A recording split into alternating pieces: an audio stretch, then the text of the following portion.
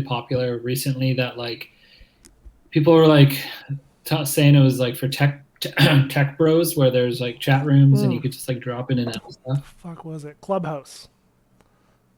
Yeah, Right. it's like That gone. thing fall off or is that Yeah, still going strong? I think some like Silicon Valley bros still use it, but that's it. I have not seen it used. Some people use Twitter Spaces as like chat rooms.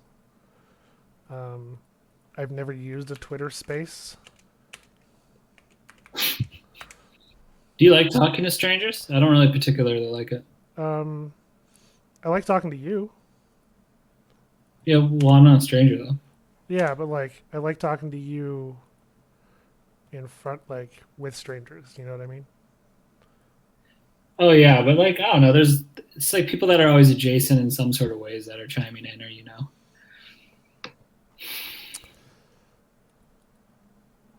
Oh yeah, I don't know if you can go to Spaces on desktop Twitter. Here's a cool account. Are you on Twitter? I have a Twitter account. I'm not on it ever. So Tactical Girlfriend. Um, a lot of people think that she is ContraPoints. Do you know her? Say that again. ContraPoints. I'm gonna teach you about all these social media accounts that you should know. Should I? I don't know. Do you know who Vosh is? No. You don't need to know who Vosh is. You should never know who Vosh is. This is Oh man, ContraPoints. Super Natalie Wynn. Super funny, like I don't know what her major was, philosophy or something. But like she does these crazy long YouTube videos and just goes like on and on in depth about um, stuff. But anyways, ContraPoint's Contra. a reference to Contra, like Nicaragua Contra. Not that I've witnessed. Um, but yeah, Tactical Girlfriend. She's Canadian, trans, loves her weapons, and does a lot of reviews. Oh my god, what the fuck is that? Loves her. Oh, what is that? God.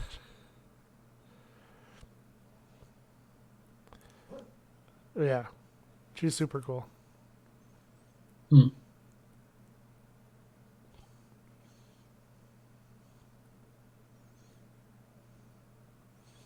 Oh, cool. She was on Yellow Peril's podcast. Um, the guy from Don't know Popular that one. Front was on there a couple weeks ago. Ah, right. The first line. Of what? The first line of usually incorrect news out of the Ukraine. Yellow Peril? No, like Popular Front or Atlas or Rage or like Conflict Observer. They're not bad, but like a lot of stuff is like, oh, that Like, wasn't right. what specifically? There's been some posts where they've said like incorrect things and they kind of get rinsed out about it. Hmm. They just gain information so fast. And they actually do, like, especially Atlas more than others, actually does spend time vetting some stuff. A lot of stuff. And, like, Well, they spend just as much time as like a news channel does. yeah. But, like, Atlas has made corrections. They're the only one I Mm-hmm. really follow, like, closely. I don't have time to Right. follow it all. But you seem to Well, a lot spend are just videos. all of your every waking minute reading propaganda. Who does? Me? Yeah, you. Yeah. Um, Hook and sinker for the Western propaganda. all right, so let's go back. I don't remember what did I say I was going to talk about. I'm just going Probably to the shout out Holodomor. my own stories here. Went to Costco today, and there were like 5 pairs of like older women and younger like mid 20s boys, and it was like take your son to Costco day. It was a little weird. Inflation's real, man. You gotta get to Costco with your mom if you're 20. If you're 30. Oh, did I not put the announcement about this? Oh yeah, here we go. So what did I say? Talk about Ukraine, Holodomor, no-fly zone, AZOV, Ferry Creek. Dairy Creek. Dairy Let's Creek. get water. What's up?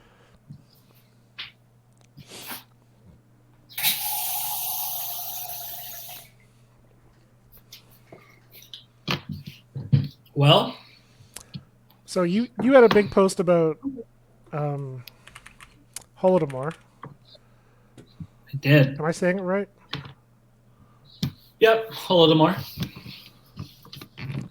So Holodomor. you asked me for edits. I said it was good to go, but then you went and got edits from someone else as well. So I took that personally. Yeah. Well, I was, honestly, I sent it to you just like, does this look good? But it does. The person that did the edits is Maria, and they're from Vancouver, and they have their PhD. I think the PhD is in women's studies, she said, but she did her master's in Soviet archival research. She's also a Russian-speaking Ukrainian.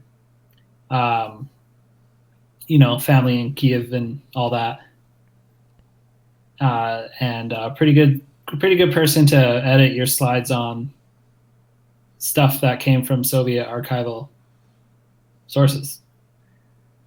She was nice enough to offer like pretty detailed edits. I emailed her all the slides. Then like the next day she sent me like itemized stuff slide by slide, being like, there's this, there's also this, like nothing like crazy heavy, but just like,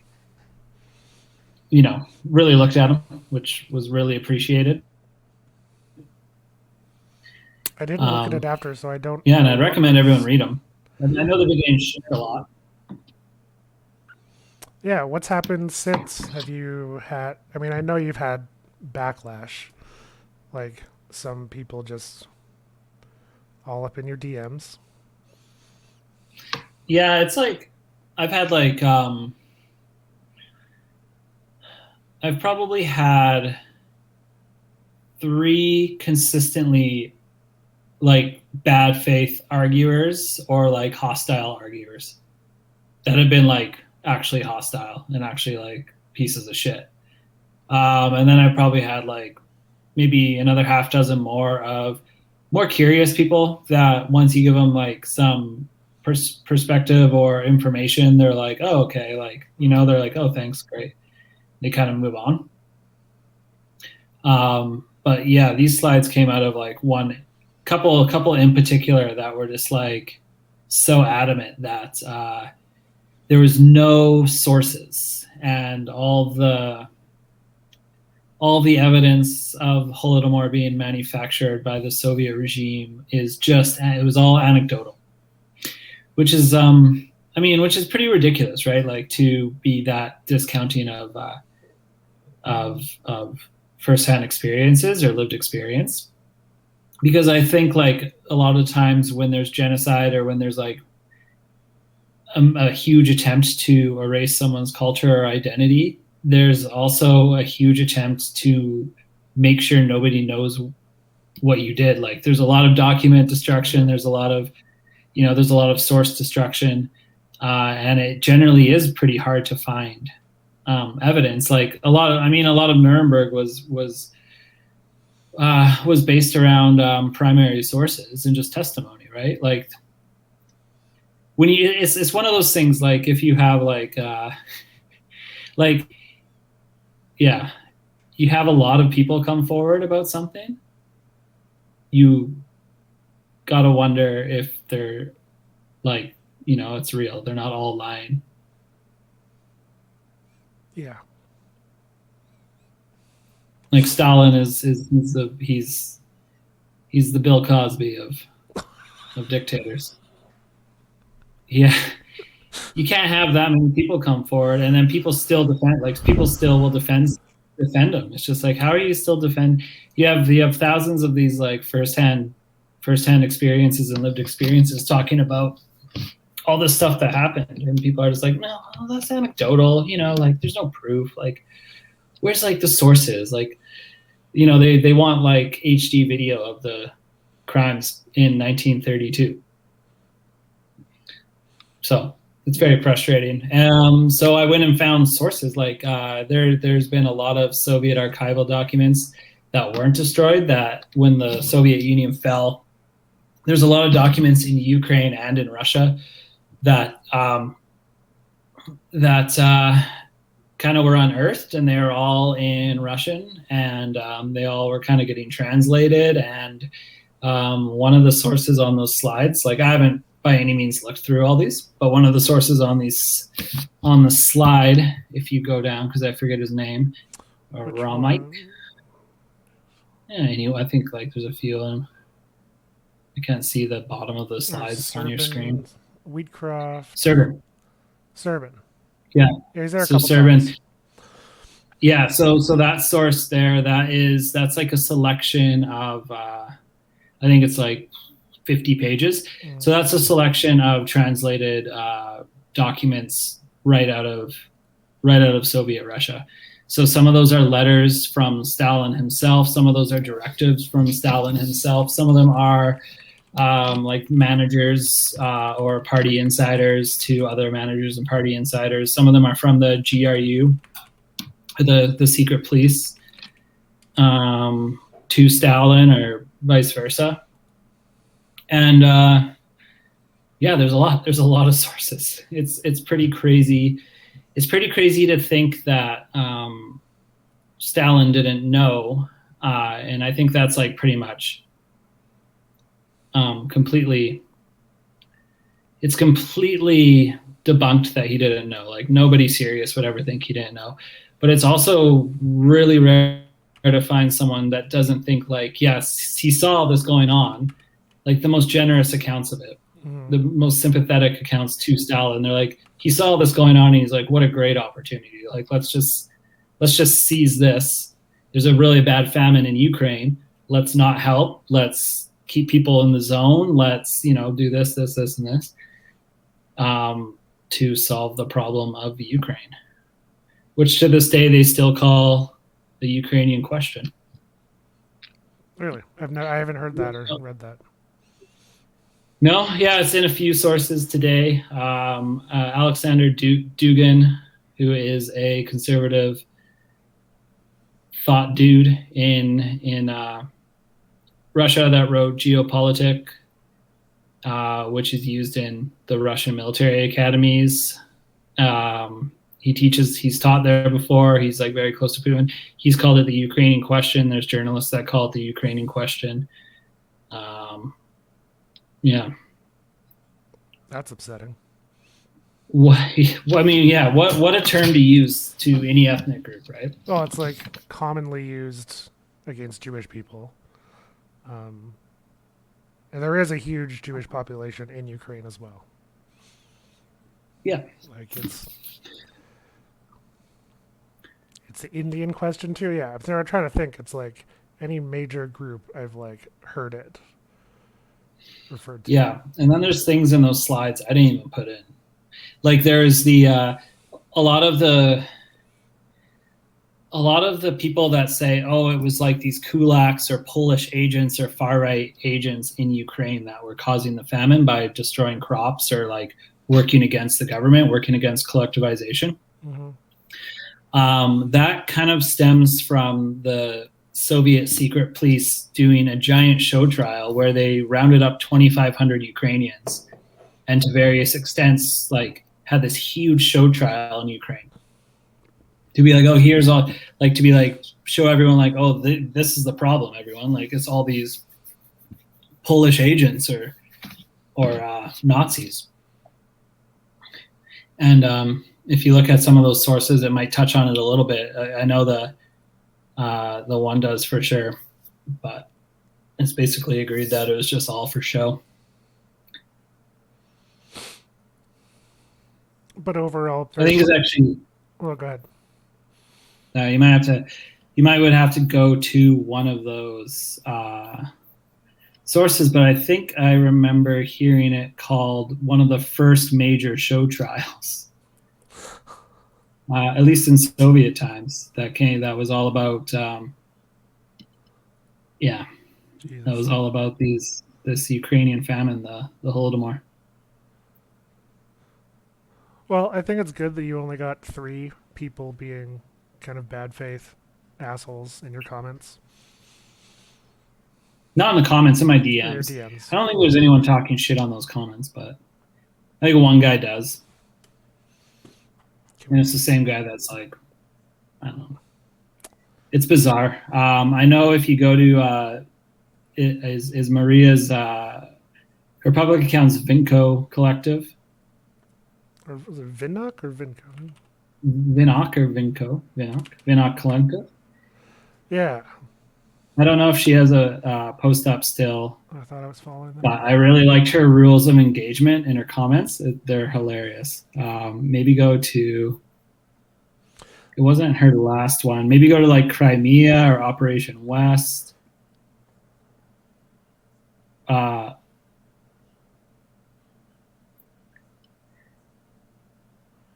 Crimea's indigenous Tartar land. Yeah, the Crimean Tatars are a whole other thing. Officially recognized by Ukraine, and then that recognition got taken away when Russia annexed Crimea. A lot of Tatars fled Crimea when Russia annexed Crimea because they were fucking terrified of Russian governance. I should read more of these in detail. Yeah, so this is she's Soviet archival master's degree, and this one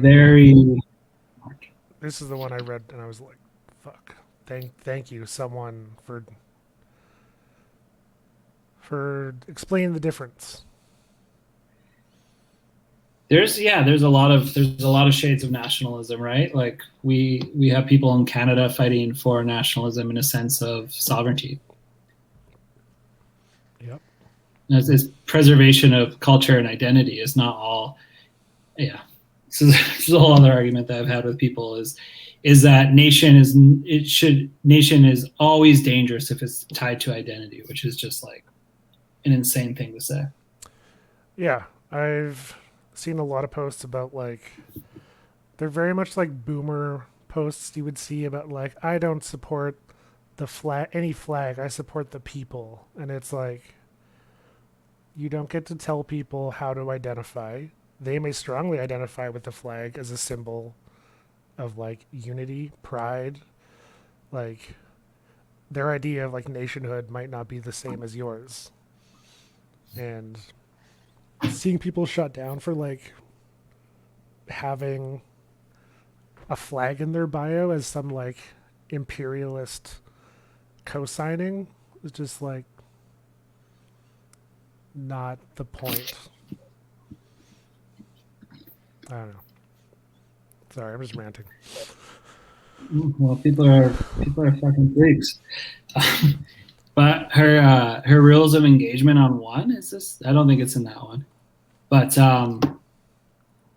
one of the rules of engagement is like don't even comment like you forgot this or like, oh, this is really important. She's like, this is an Instagram post, not a dissertation. I love that rule.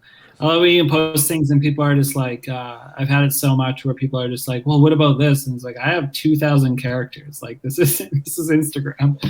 Like I can't put every detail of everything in this tiny post. Like this is not a place. This shouldn't be a place for education, in my opinion. But it is. And in really good ways. Like you do it right. Like this is all really good stuff, right? But I think you're getting a little bit of like you're getting like the TLDR of all these issues. You're not getting the full issue.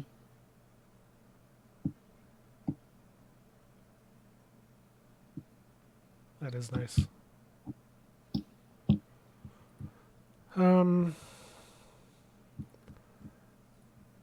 I don't see our rules of engagement. Shit.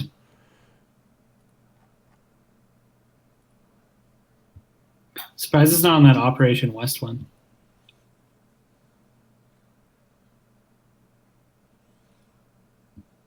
I doubt it's on a personal one. Wait, was it on the last one? Go look back. It's like on the end of the. There's not click more. No.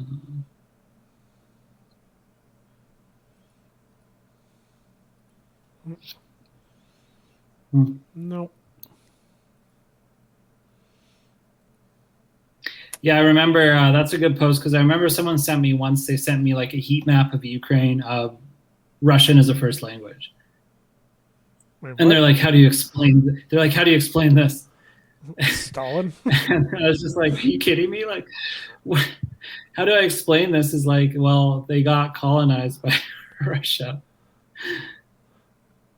Like they thought they got me with the fact that people in Ukraine spoke Russia. So would you go to the Cree Nation and be like, well, you guys all speak English? Oh my God. You know what I mean? Like, what the fuck? Of course they all speak Russian. They got taken over by Russia. They got colonized by Russia. Yeah, you see, colonization, the effects. It's crazy that people cannot admit that Ukraine was colonized in a classic colonization fashion. Like there's very little difference between the process that Russia applied to Ukraine and the process that the West has applied to so many countries around the world. Or they think that like me saying that or you saying that is somehow absolvement for the West's crimes. So like the West isn't bad. It's, people are just kind of straw manning up arguments. But I think I mentioned in my slides, and I know Vinok Collective mentions it as well and goes into more detail, that there were Ukrainian laws passed. Like there was a lot of directives in the Soviet Union banning the language, banning it in print, banning it in newspaper, banning it in schools, banning it in media. Mm-hmm. They banned anything that was culturally identifiable as Ukrainian, like the traditional egg painting or like dance. Mm-hmm. It was really classic stuff, right? Yeah. Yeah. We've all heard that before. You get the Indian out of the child. That's why they put him in residential school. Yeah, so it was all re-education. A Russification is like the academic term. Ugh. But somehow that's not and we're seeing this like very small sliver of people that have problems with this when mostly anyone else understands. But it's amazing how you have some people who don't follow this thread of colonization and can't simply see like just because we do it and still do it as like as the country Canada, that we shouldn't show outrage when other countries do it.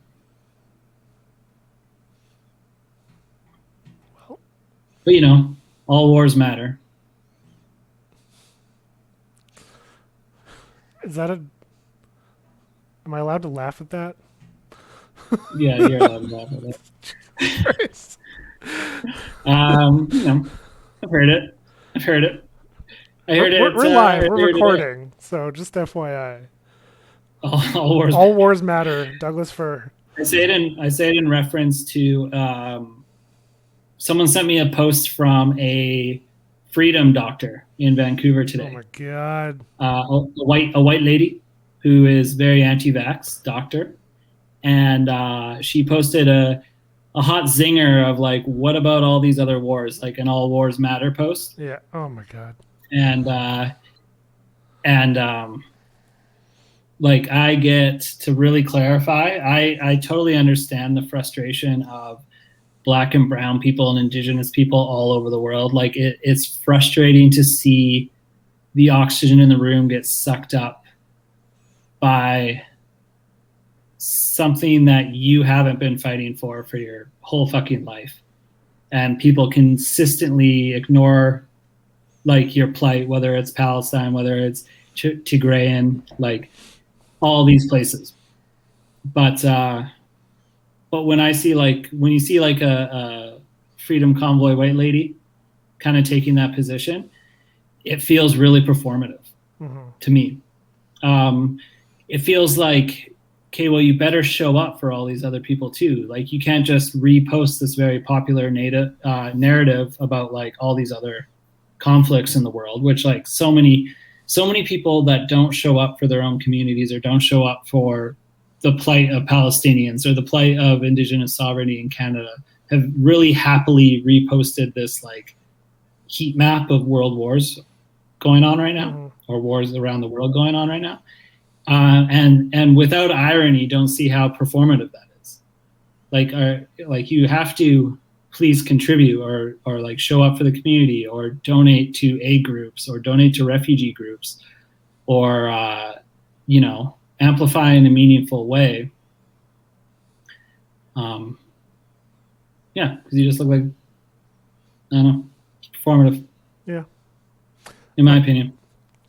So I joined one of those local freedom groups, I don't even know what they are, because all it is people sharing absolute garbage.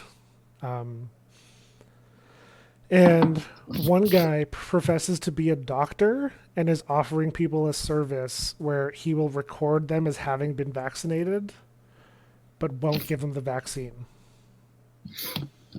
So to come to him to get a fraudulent vaccine certification.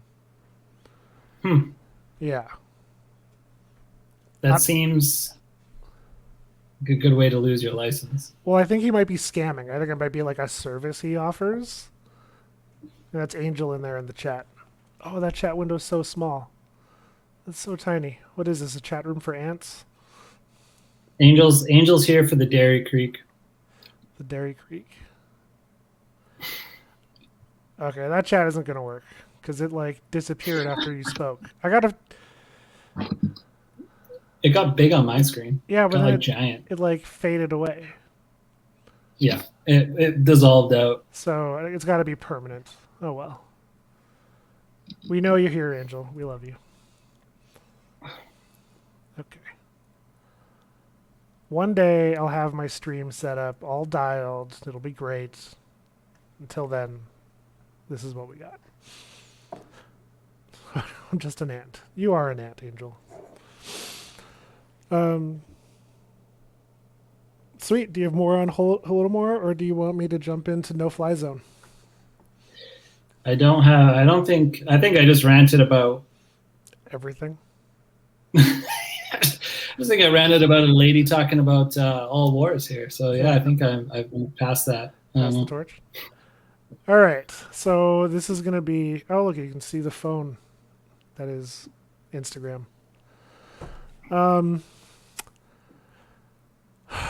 going to... This is my hottest take on the no-fly zone, and I haven't heard anyone really talk about it. So... here we go. No-fly zone. They're still asking for it. They are pleading for it. Zelensky just pleaded to Parliament and to Congress for it directly. A lot of people, even on the news, like in that same broadcast, I think I was hearing about it. They were trying to explain to the audience that, people just don't know what it is. They just aren't aware. Or some people are, but that's also concerning because it'll lead to World War III.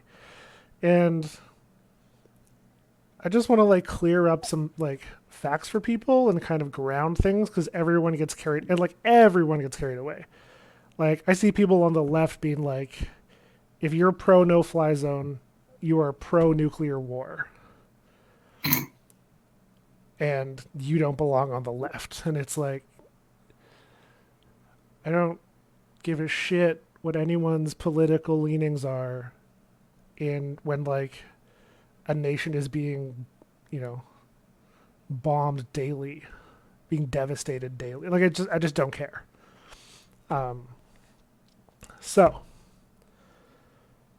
first thing I want to point out is that the West, and specifically Canada, the US, and UK, have a long history of not respecting treaties that they are obliged to. They have a long history of really only following through on the ones that they want to. So this idea that like, you know, if Russia, you know, one tank stepped into, you know, Norwegian or Polish, you know, territory, that there would be a full NATO response is absolutely ridiculous. Like, they do not exist at like a hair trigger and are about to respond. They do not want to respond because it'll be a shit show, and they will only do it if they want to, not if whatever triggers that they've set up are activated by Russia. So the treaty obligation is not 100%, flat out. 2, this idea that once they set it up, Russia is going to immediately, haphazardly, just send in their bombers and fighters, as they have been, to get shot down by American and NATO jets. Like, do we really think Russia is going to do that? Honestly, no. They're not going to throw a wall. They have a limited amount of fighter jets. Like, they are not a well-equipped army. We have seen that. Ukraine is holding them off. Like, they aren't just going to send their jets in and then get shot down and then react with a nuke. Like, anyone who actually thinks that that's what's coming, you've made like 4 or 5 assumptions to get there, and you're basing that decision you make in the moment off of all these things that you have zero control over. And it's totally preposterous. Like, completely preposterous. If you are talking about nuclear war, you are willingly, intent, like, what's the word? You're acting, what's the fucking word? Intentionally. Hyperbolic? No, you're intentionally picking a talking point that suits your narrative because it feels, I don't know, feels safe. You know, it's inside the box. It, you know, peace does sound good. Everyone wants peace. No war ends without a negotiation. It's just how long until we get there. Totally agree. But like right now, thousands of people are dying. Thousands and thousands and thousands of people, civilians, are dying. And it's going to get worse. And you could stop it with a no-fly zone because most of it is from the air. There's some shelling, but there's a lot of bombing. Mm-hmm. So, I don't know. This whole, like, what if that people go down, for one, I just don't think there's any basis in, like, precedent of, like, these 3 governments specifically don't uphold their treaty obligations, as we've seen, but, you know, in Canadian history. They only respect the ones they want to respect. So it's not like it just gets automatically triggered. 2, you assume that Russia is totally capable of launching this, you know, they can send in their MiGs and they'll get shot down or whatever. And then 2, that they would react with a nuclear weapon. And like while we're talking about Russia, this whole idea that Russia is this like nuclear superpower is kind of laughable. Like, are they a superpower? Or have they been holding up a facade that is breaking down before our very eyes? They don't get to be the superpower that we need to fear and respect because of their might, and also be getting totally, like, they're not losing, but they're getting slowed down drastically. They're taking heavy losses in Ukraine. Above Most and people beyond. think they're stalled right now. They're what? Their advances have been totally stalled right now. They're not moving. Good. I hope Ukraine moves back to Mariupol and they take it back for the sake of the people in Mariupol. Like, that is on the verge of becoming like a humanitarian crisis just in that city. Yeah. And I'm going to talk about that when I get to AZOV. But yeah, this discourse around Russia, it is either weak as we're seeing, or it's like a nuclear superpower that we should all be afraid of. One of those two things can't both be true. So I don't know. That's the end of my rant. Like, dial it back. You can put in a no-fly zone and save the people, the thousands of civilians that are literally dying right now. Well, Vlad is both simultaneously not dumb and crazy enough to nuke, according to some people, right? Which, yeah, to me, it's water and oil. Doesn't really mix. I don't think a no-fly zone would lead to nuclear war. I support a no-fly zone. I don't support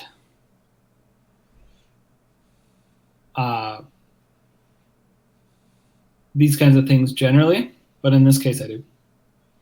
I also think that, like, peace is great, but the only way you get to get to peace is any oppressed people overthrowing their oppressors.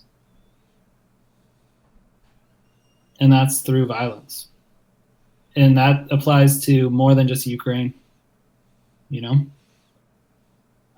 That's how you reach peace. You can never force peace on people. Like, whether you're Russia or whether you're Israel or whether you're the U.S., they'll never stop fighting. There will never be peace. There will always be insurgents, rebels. You could label them whatever you want.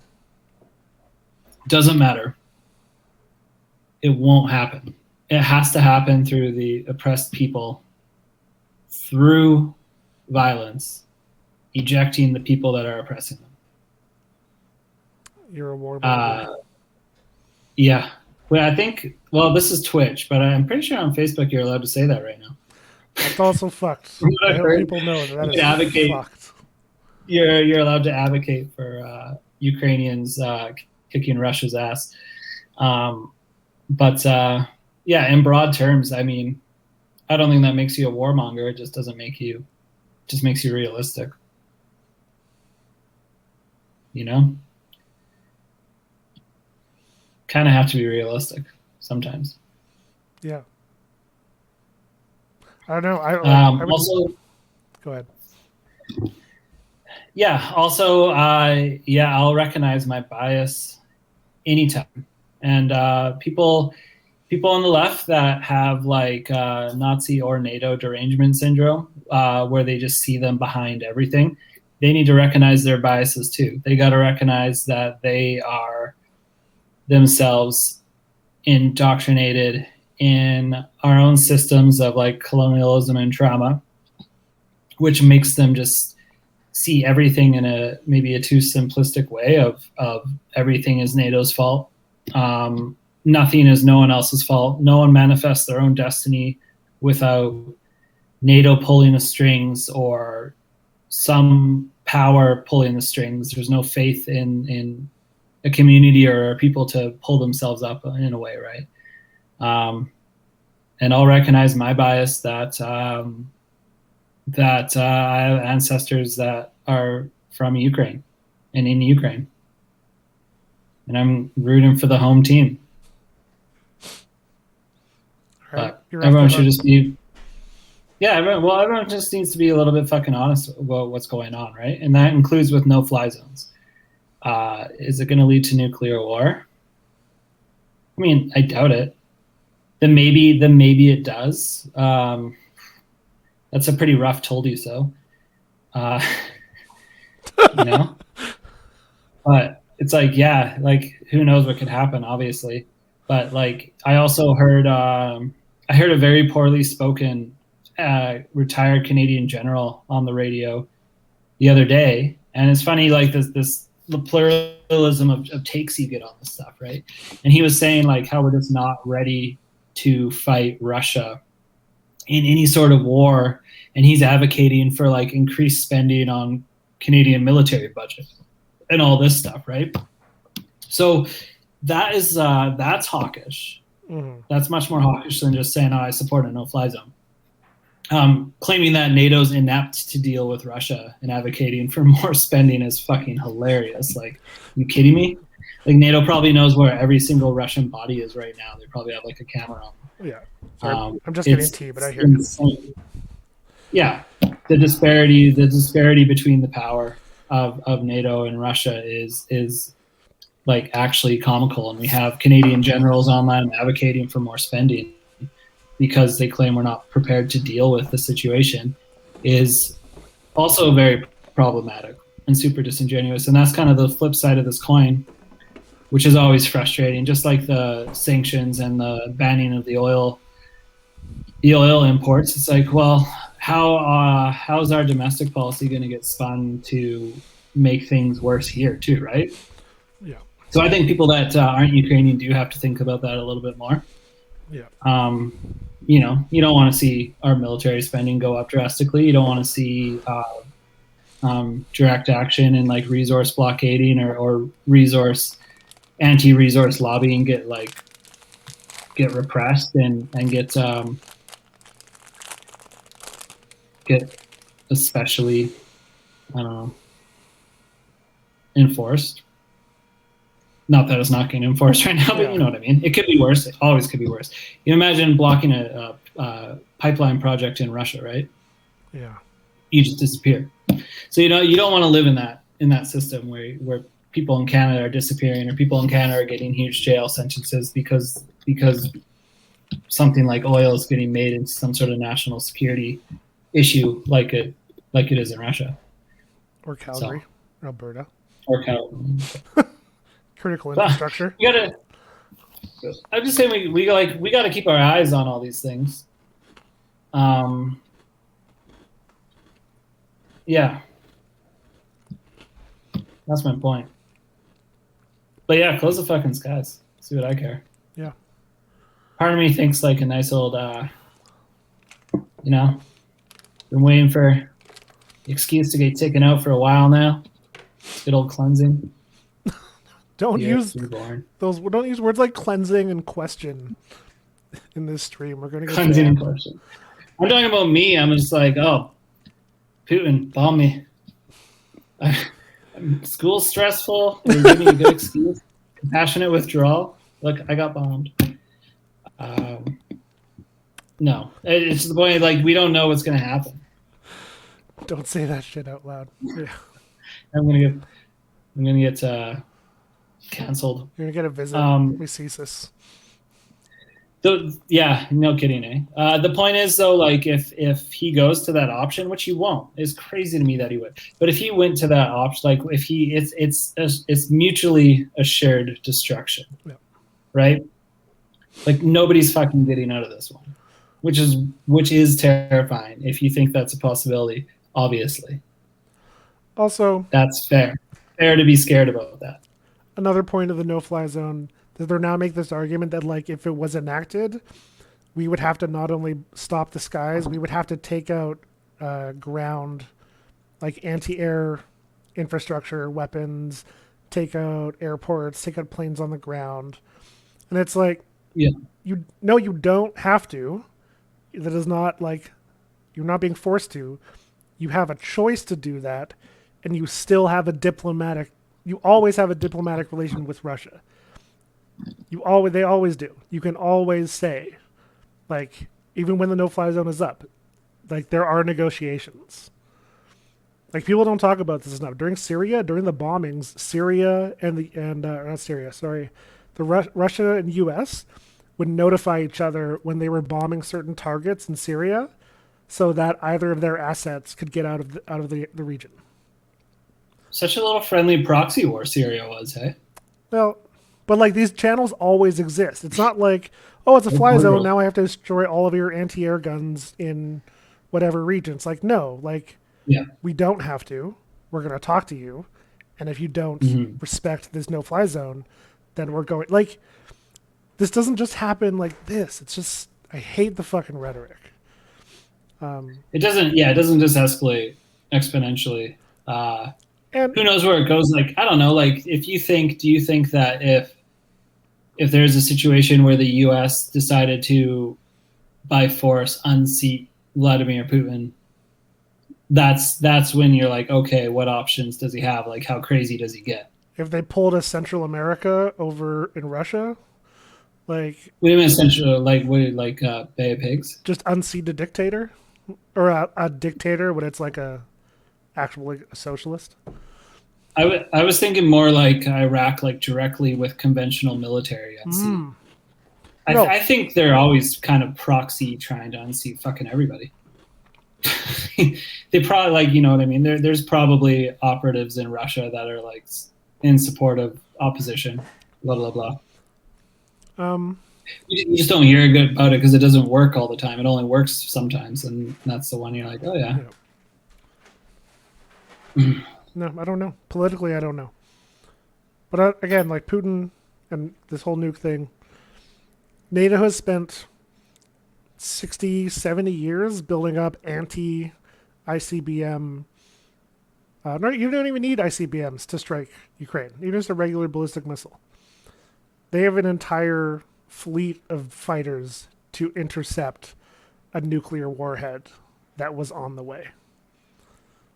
Like the idea that they could just launch a nuke and it would not be intercepted by means, they probably have means of intercepting nuclear warheads that we don't even know about.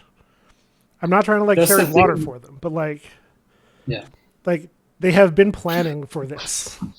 So, but that's the point though too, is because they have so much capability to take down those missiles. I think there's probably concern that in order to get some through, you have to launch a lot. That is one of the theories. Is that, but then, dude, if Russia launches every one of those nukes, you've just ended the world. So what's the fucking point? Yeah, it's bad for oil for sure.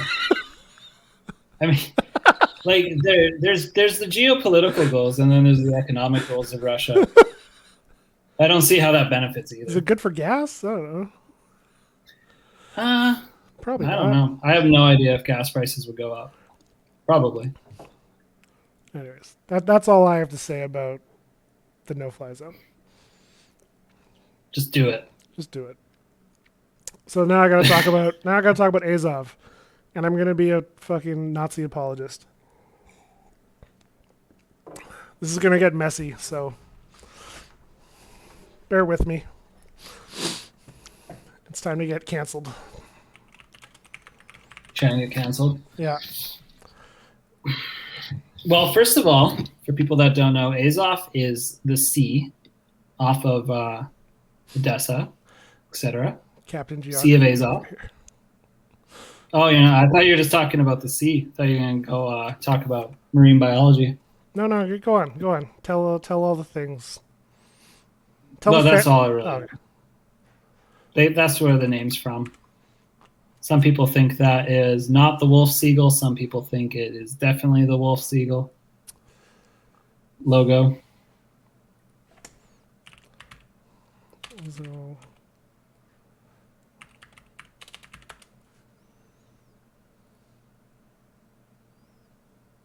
oh, that one? Wolf seagull? Let's see, that guy there. Oh, I guess Nazi one. So it was a Ukrainian. Oh, there we go. The symbols are weird, hey? Fuck, symbols are weird. Oh, but it's also like you look at that, and then you look at... Oh, the werewolf? Yeah. Even though werewolf, yeah, that's like on like the Scotland's flag probably. And there's like the Z, and here's the Nazi one. But look at like Pro Era, the rap group. They have a 47. 47 is like their number. Right. And people like, think that is... What do people think about that? I don't remember anyone giving a shit about it.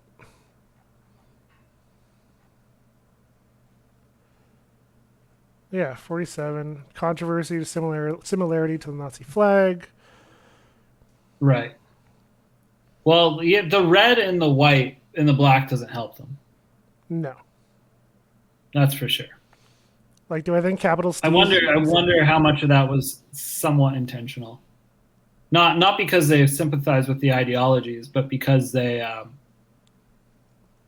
I mean, it's fucking great for business. I don't think enough people care. Controversy, all that controversy, like. I wonder if they thought like, oh, maybe we Oh, could sell more. it is. Sell more records. Yeah, be edgy. It's a Capital Steez believe logo's resemblance of a swastika as a commentary on the appropriation of what was originally a peaceful and spiritual symbol with roots in Eastern religions. There you go. So you think He did it. AZOV Battalion is trying to take back the siegel? No, they're not. Before I get started, our RIP Capital Steez, RIP.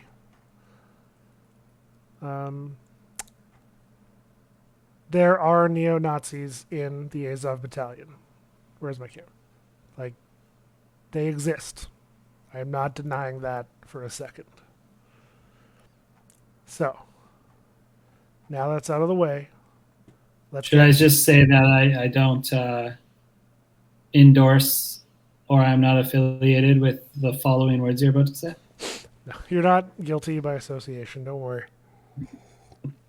I don't know what you're about to say, so I'm just fucking nervous now. So I'm not. I was gonna be a little more poised and organized, but there's a lot of data here, so I'm just gonna go through it as it comes back to me and tell you guys what I found. So I also want to like deconstruct a bit of the propaganda and media narrative around this. And most people have, I mean, the world has not heard of the Azov Battalion until a few weeks ago.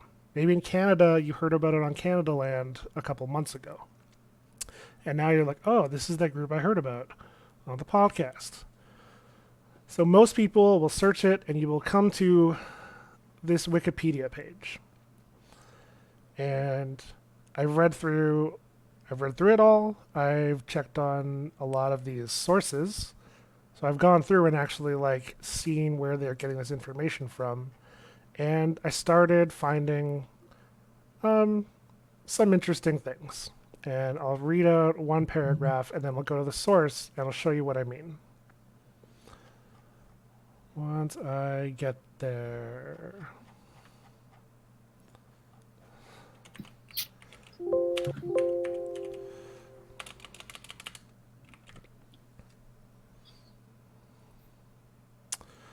Okay, leadership and organization. Let's skip to the last paragraph. The battalion was originally named the Men in Black or Black Corps, a counter to Russia's Little Green Men due to their use of all black fatigues and masks when raiding pro-Russian checkpoints. The group has allegedly received funding from Ihor Kolomoisky, I don't know if I'm pronouncing that right, a Ukrainian billionaire and oligarch. That's all it says, right? Funding from an Ukrainian oligarch. You go to the source, and what does it say? Ukraine. Battalion backed by Jewish billionaire sent to fight pro-Russian militias. So, this guy, many ties to Israel. I think he has dual Israeli, Cyprus, and Ukrainian citizenship. He claims he's able to bypass Ukraine's dual citizenship law by having triple citizenship. So yeah, I'll skim through a bit of this. So,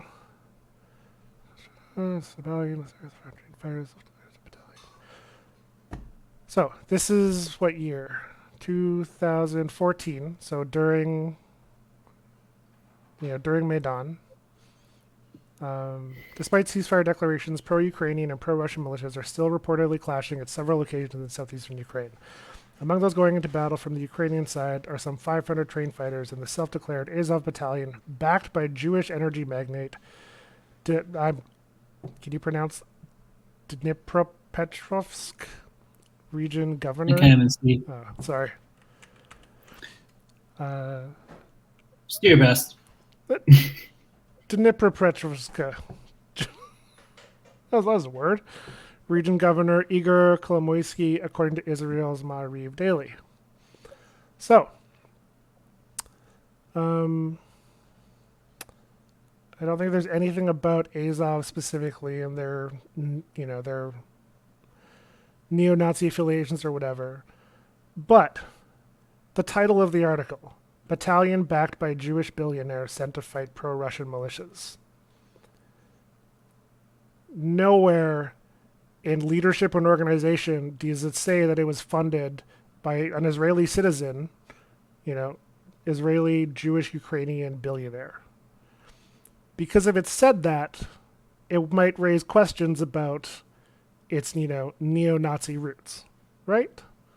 Like, seems like a pretty simple thing to omit if we're going to talk about a little bit later human rights violations and war crimes and neo-Nazism. It's a relevant fact. And there was another. We go down to neo-Nazism. And where was it? Oh, sorry, no, we go back up to the Human Rights Commission.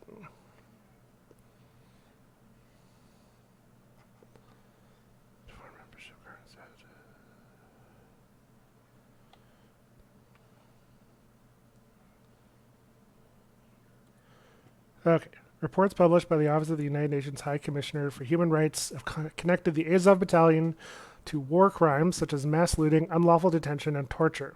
An OHCHR report from March 2016 stated that the organization collected detailed information about the conduct of hostilities by Ukrainian armed forces and the Azov regiment in and around Shirokin, 31 kilometers east of Mariupol, from December 2014 to date. Mass looting of civilian homes was documented, as well as targeting of civilian areas between September 2014 and February 2015. There's another report. It says a man with a mental disability was subject to cruel treatment, rape, and other forms of sexual violence by 8 to 10 members of the Azov and Donbass, another Ukrainian battalions, in August to September of 2014. The victim's health subsequently deteriorated, and he was hospitalized in a psychiatric hospital. A report from 2015 stated that Donetsk Republic supporter was detained and tortured with electricity and waterboarding, which resulted in his confessing to spying for pro-Russian militants. So, we're going to dig into this a little bit. I've read these documents, and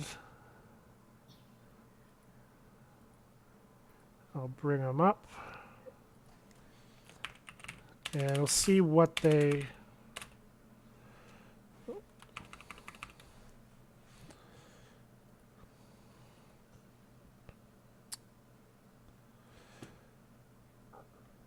Okay.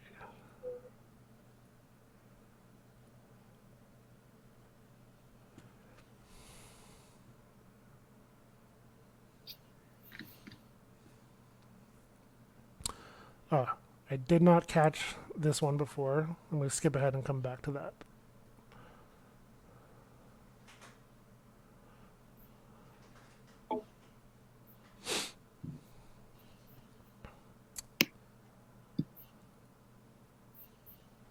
There we go. On 23rd of December, OHCHR met with 4 detainees held in Mariupol CISO for their alleged involvement in the 9 main events. They complained that they had been ill-treated by SBU officials and members of the AZOV regiment in Mariupol, detained incommunicado for some time in September 2014, and that evidence extracted through torture was being used in their trial. They added they had been denied medical assistance for their injuries. Sustained through torture. It had ineffective legal representation. Of grave concern is the allegation that the accused suffered reprisals in the form of threats, intimidation, and ill treatment by the SBU after they challenged the admissibility of the evidence in court.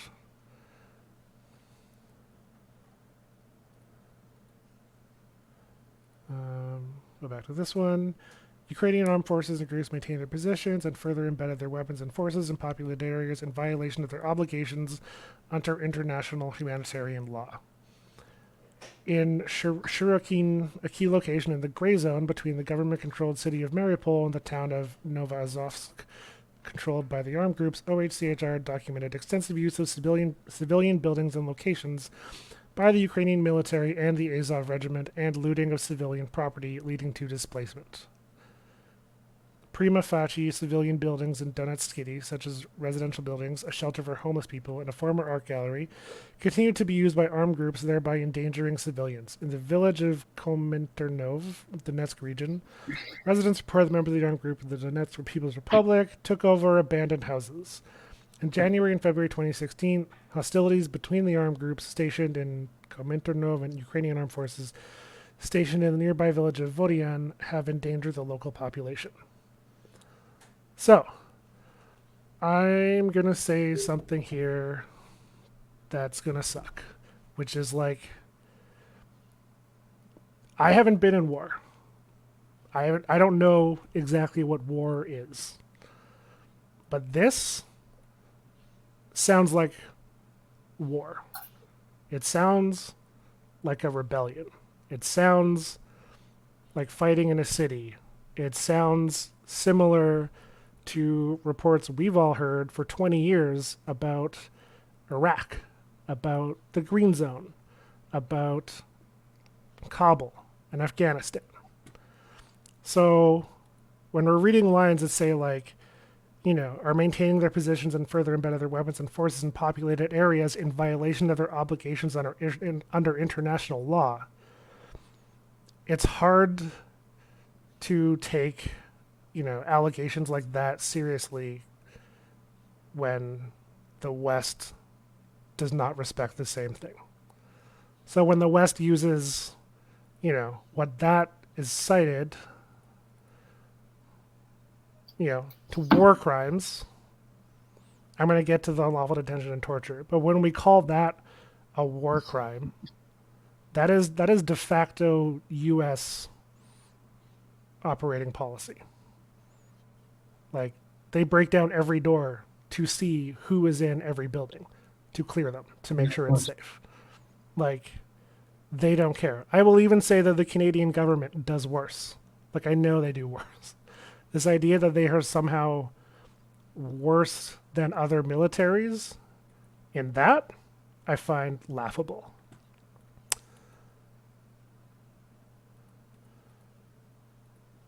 So, that was one.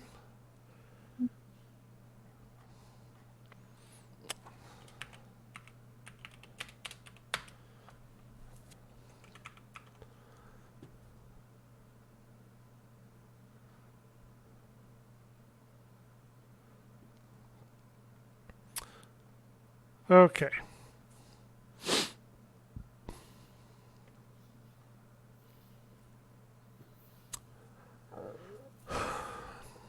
Where documented cases appear to be linked to the military presence in densely populated civilian areas, yada, yada, yada. A man with a mental disability, subject to cruel treatment, rape, and other forms of sexual violence by 8 to 10 members of the AZOV and Donbass battalions. In August, September, his health deteriorated. So this, absolutely horrible. Like, without question. Like, I am a person with a disability. Like, this is atrocious. I would never defend that behavior. And I like hate that I'm saying this, but like, we can't compare, or we can't take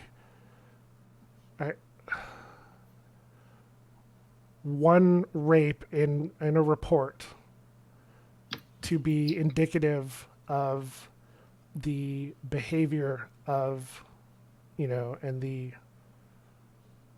morality of an entire battalion of hundreds or thousands of fighters. Because look at fucking sexual assault and rape in the Canadian Army.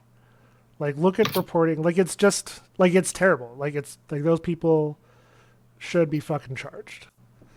Like, they should not be within the battalion anymore. I don't know what happened. Like, it's fucking atrocious. And, it's good that it's reported. But, like, that's one note that then gets onto a Wikipedia page. Which, like, yes, it's important. But if we're talking about, like, we're using the Azov battalion as, like, a bargaining chip and negotiating tool when it comes to sending aid to defend Mariupol, where Who's using that as a bargaining chip? I mean, I just see this shit on social media, Twitter, Instagram, people being like, if you were sending aid, you were sending aid to Nazis. I had someone actually ask. It's a moral chip thing. Yeah, it's like we should not be doing this, or like, how do I think our government position is send them stuff. But. Yeah, someone asked me on Instagram. They said, "What the fuck is up with this?" When there was a government presser that said Canadian Armed Forces officials were meeting with the AZOV battalion yesterday or today, and they were made aware that there are neo-Nazi members within AZOV, and they stated that they are going to meet with them anyway, and they hope to meet with them in the future. And of course, in the comments, a bunch of people are just like, why are we doing this? And it's like, dude, losing their shit. Last time there was an estimate, I think it was 300,000 people are in Mariupol. 300,000 civilians are in Mariupol. There is no water. There is no food. There is no supply line. All they have is what they have. And you know who's defending it? Is AZOV. So, like, it kind of, like, I'm in the position now where, like, I don't really give a shit. Unless they were literal Nazis, then I might. But they're not. And I'm going to get to that comparison after this UN document.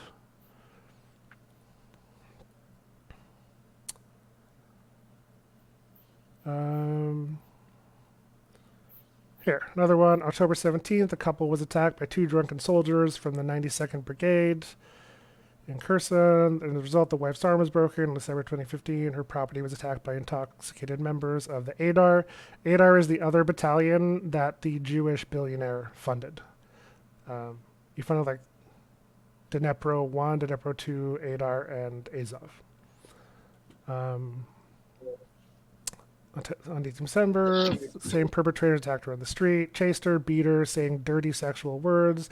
The police did not take any measures, and according to the victim, were afraid to protect her for fear of antagonizing the perpetrators. This case is now being investigated by the prosecutor's office in Kherson region. Do we know how effective that prosecutor's office is going to be? No. Is this, again, atrocious? Yes. Is it uniquely atrocious? Unfortunately, like, no. And that's terrible. Like, but it just, like,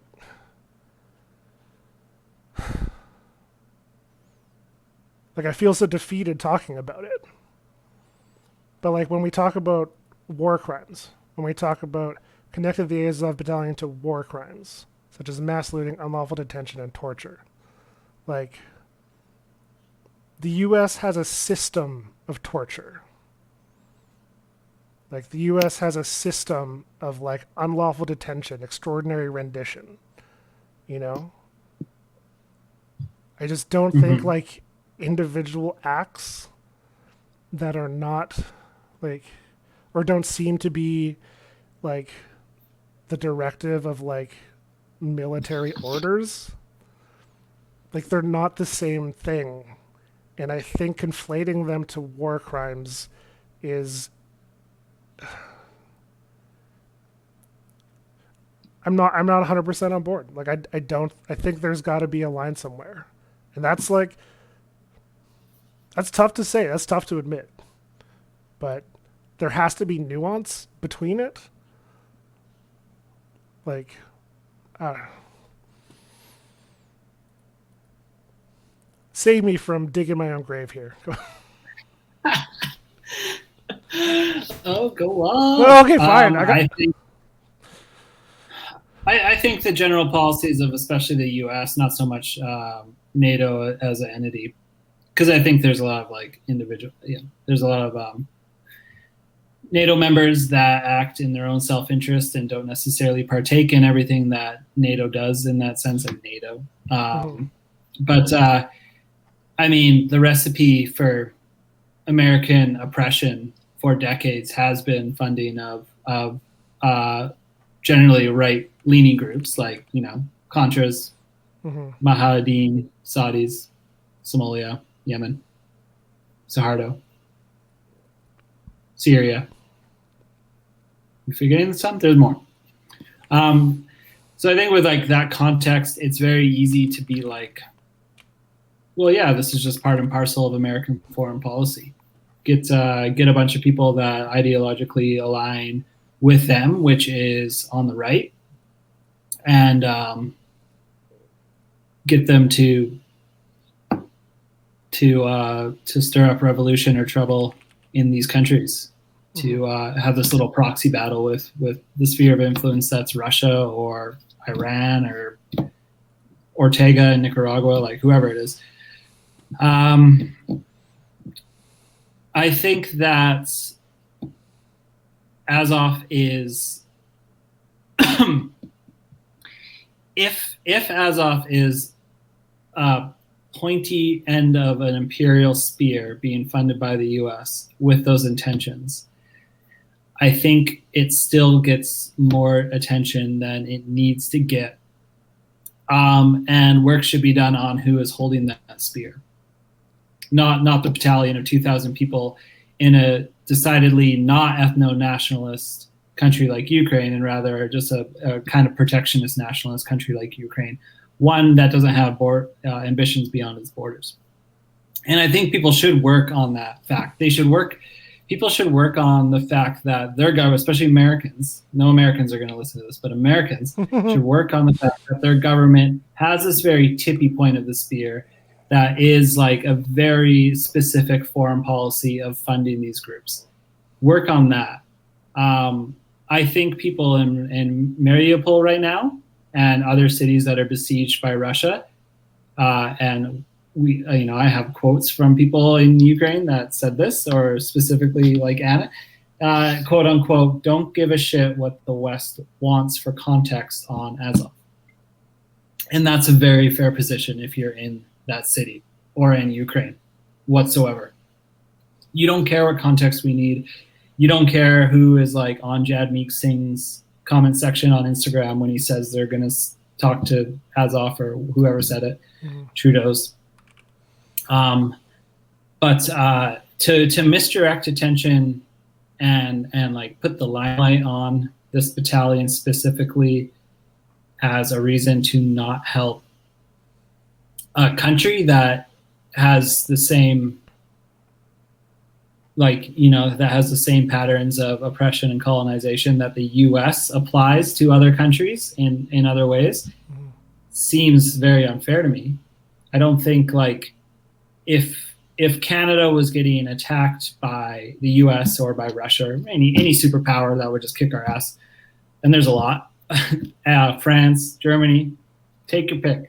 If we are getting invaded and we are in besieged cities and there was, a battalion of fucking truckers just like laying on their horns and really giving it to the invaders, or defending some sort of area of Canada, and we are being withheld aid from NATO alliances or some other countries because they're just like, well, Canada, like, you have this group there fighting, and there's a couple thousand of them that said some bad things. You would just be like, and you just put yourself in your shoes. You'd be like, what the fuck are you talking about?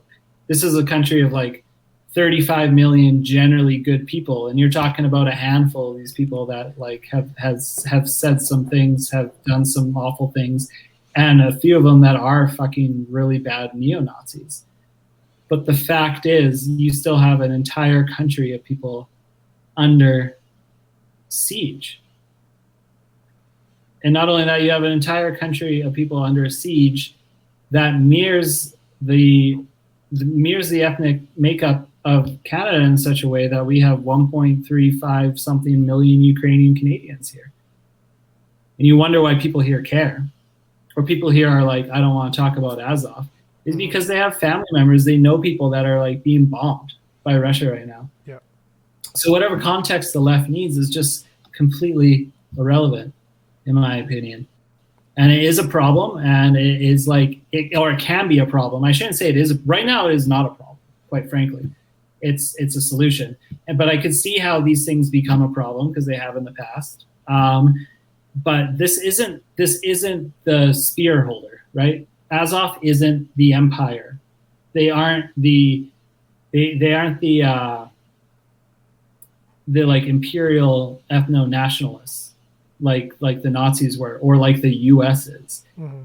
So yeah, again, we need to look at the person holding the spear, or the country holding the spear, that has all these little tippy points out there that are far right. And we also need to look at a country like Russia that has the same kind of spear, that has all these little tippy points out, all these little actors that sprinkle all these little proxy things in all these other countries and stir up all this unrest that leads to outright conflict. It's the way that you got to address it, in my opinion. You know, it's like taking out Azov, or not giving aid to Ukraine because of Azov, or making everything about Azov and the entire narrative around Azov. It's taking a Tylenol for your chronic headaches. You know, it's symptomatic of something, and that something needs to be addressed. It's much more pressing than the battalion itself, because I think you're always going to have ideologies in this world, no matter what, that are very, very far left, which can be problematic, and are very, very far right, which can be problematic. And how these ideologies are organized is really the problem, because you're never going to get rid of the ideology. We never will. We never will get rid of all the Nazis in the world. But if you get rid of the mechanism that organizes these groups, then you might have like a better way forward to kind of try to figure it out. And the mechanism that organizes Azov is, you know, a few dozen miles south of us. Not Washington State. I was going to say it's Russia. It's Russian imperialism, is what. They're mobilized. They're organizing and mobilizing and galvanizing these forces. There's nothing that's going to bring them together more than war, more than an invader. But, I don't know. Again, I think they're a problem, and then they're a solution at different times. Like any battalion, any group, any military group. And they're going to be used as a problem or a solution at any given time. Right now, North America is probably seeing them as a solution. So they're going to send them arms, and they are a solution if you're talking about, shelters and theaters and hospitals being bombed by Russia in Ukraine right now. Yeah. So I don't know what people expect me to say. So the only way forward is for them to kill every fucking Russian they can. Soldier, not civilian. So you just brought up hospitals, schools, and stuff. For those that aren't aware, the Mariupol theater was bombed. I don't know. I forget the exact name. I'll bring it up quickly. A couple days ago. It was a couple days ago? Okay. It wasn't a couple days ago. It was a specific shelter for people that had their homes previously bombed and didn't have a place to go. So there was well over 100 people sheltering in this theater. And they spray painted in Russian, they spray painted children on each side of the theater. So you could see it from the sky. Yeah. And we know sometimes these bombings don't happen in the day or whatever. But the Russians bombed the fuck out of it, reduced it to rubble. And tonight I've heard that they're pulling a lot of people out of there alive. No way. Which is very good. Oh my God. But in the context of if you have Ukrainian military around this building and they have American Stingers or British NLAWs or whatever they're using to take out planes that are bombing this building, what battalion they're in is completely irrelevant right now. Yeah. That's the whole thing. So Russia and Russian bot farms are trying to spread propaganda that this was actually, first it was a false flag by AZOV. They trapped the civilians in and blew it up, which is laughable. then it was that they were using the people inside as like a human shield, and Russia like regrettably had to bomb it or whatever. Um, and I just want to like touch on how popular Azov is and its members are and its leaders are. So two one, the leader, the former commander who became a politician, he got elected. He got a seat in parliament running as an independent. And another, like a general or someone under him, got a seat in the next election as an independent. And they're creating a new political party that's not associated with Azov at all, none of the symbols, but like they know who they are. That they're elected on their credentials and their credibility. And they But won. these two people weren't expressly neo-Nazi members of the battalion. No, they're founder and commander of the entire battalion. They're not neo. Like they didn't have right-wing policy or ideology. No, that's the whole thing. They're like they're. You have to remember, it's not like a specific battalion of like designed, made, and run by Nazis. It just has a lot of extreme, regrettably, a lot of extreme elements inside the battalion. Yeah. Like they are a nationalist socialist party. They want a strong Ukraine, like hands down. They do not want, they want to nationalize some industries. They want to protect Ukraine. That's all they want. They do not have, like that post from Maria, they do not have imperialist aspirations. Like they truly, I mean, I find them to be believable. That's what they want. They just want to secure Ukraine. But anyways, these two go and get elected, and I looked and I saw their stats, their polling stats, and one of them won by more than 20% of the vote. Another guy won by more than 17% of the vote. Like the runner-up was 17% behind him. Like they have been elected pretty handily in their regions. Like they are very much looked to protect them by a lot of people. That doesn't negate the harm that they've done, and that's reported in that at all. It's just to say that, like, I want people to know that every army causes harm. That, like, paying more attention to this than it's due is what's happening now, which you alluded to. And, yeah, and I just want to, like, I don't think for a second that after reading stories about how they've been received, I don't really believe there's any weight to this theory that somehow they were using this as like, I don't know, a human fucking shield. It's like, it's just a joke. Well, you got to know something. There is nothing you could put in that building that size that is so strategically important to the Russian military that they need to kill a few hundred civilians to get at.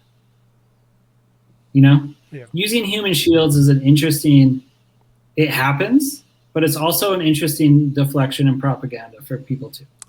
Like it's very brutal, and it happens all the time from in every stripe of a military, whether it's a right-wing government, a left-wing government, a centrist government. It is a tactic of militaries everywhere. But I think the propaganda that then gets applied from the governments that get bombed of being, or like that did the bombing of being like, oh, well, they're just using it as a human shield, like as if it's like completely like excuses their actions, is crazy. And unless it's like a pretty crazy facility, you can't tell me that there's anything so strategically important. Unless the Linkskis in that building, or like some generals, like crazy high up generals, like you can't tell me like we really got to get these 12 guys with Kalashnikovs that are in this church. Yeah. Oh, but there's 100 people. Oh, well, you know what? We got to do it. Like there's the whole human shield thing completely gets misappropriated all the time in war as like an excuse for really atrocious crimes. The U.S. loves using the human shield line. They claim every drone strike that kills a civilian was because, you're in that area, and like there's all these excuses. So the U.S., Russia, they're part and parcel of the same apparatus that just uses all this bullshit to try to excuse their war crimes. But you know what, like, one more thing though on AZOV and how popular they are.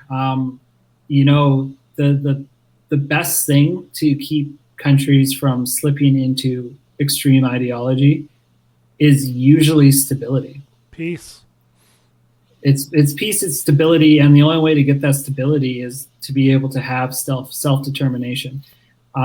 So that means Russia immediately has to like get fucking taken out of there, and that's only going to happen if the Ukrainians beat them back, which I'm all for. And then ideally the U.S. and NATO do not pursue like aggressive partnership with Ukraine, which I don't necessarily think they have. I think Ukraine was seeking more partnership with them than the U.S. was seeking partnership with Ukraine. Like, I think the U.S. have always been like arm's length with the Ukraine thing, personally.